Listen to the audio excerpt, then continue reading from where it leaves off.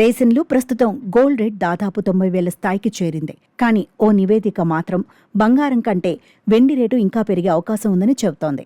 అవును, మీరు విన్నది నిజమే. అయితే ఇప్పటికే వెండి రేటు కిలోకు ₹1,00,000 దాటేసింది.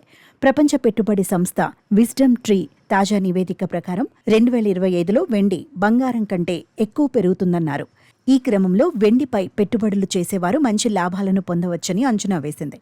అయితే దీనికి కారణాలు కూడా ఉన్నాయని తెలిపింది. విజ్డమ్ ట్రీ నివేదిక ప్రకారం బంగారం ధర 2024లో చివరి నాటికి 17% పెరుగుతుందని అంచనా వేస్తే అదే సమయంలో వెండి 23% పెరుగుతుందని అంచనా వేసింది.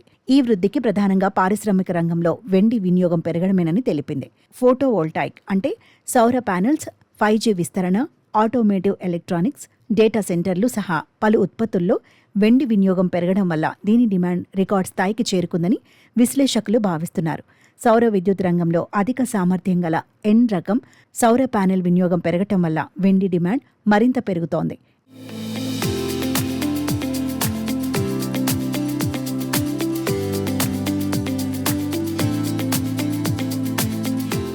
ఈ క్రమంలో 2025లో ఫోటోవోల్టాయిక్ ఇన్స్టాలేషన్లో మరిన్ని నమోదవుతాయని అంచనా వేస్తున్నారు.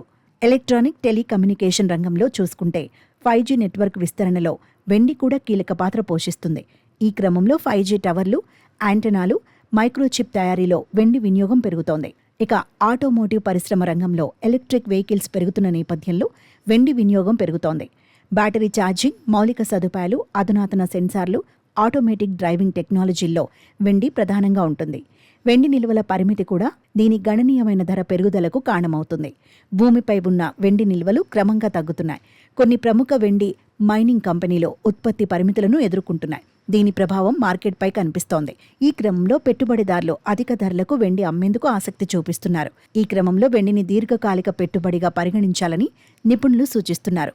2025లో పారిశ్రామిక డిమాండ్ పెరుగుతుందనే అంచనాలు ఉన్నందున దీని విలువ పెరిగే అవకాశం ఉందని విశ్లేషకులు భావిస్తున్నారు.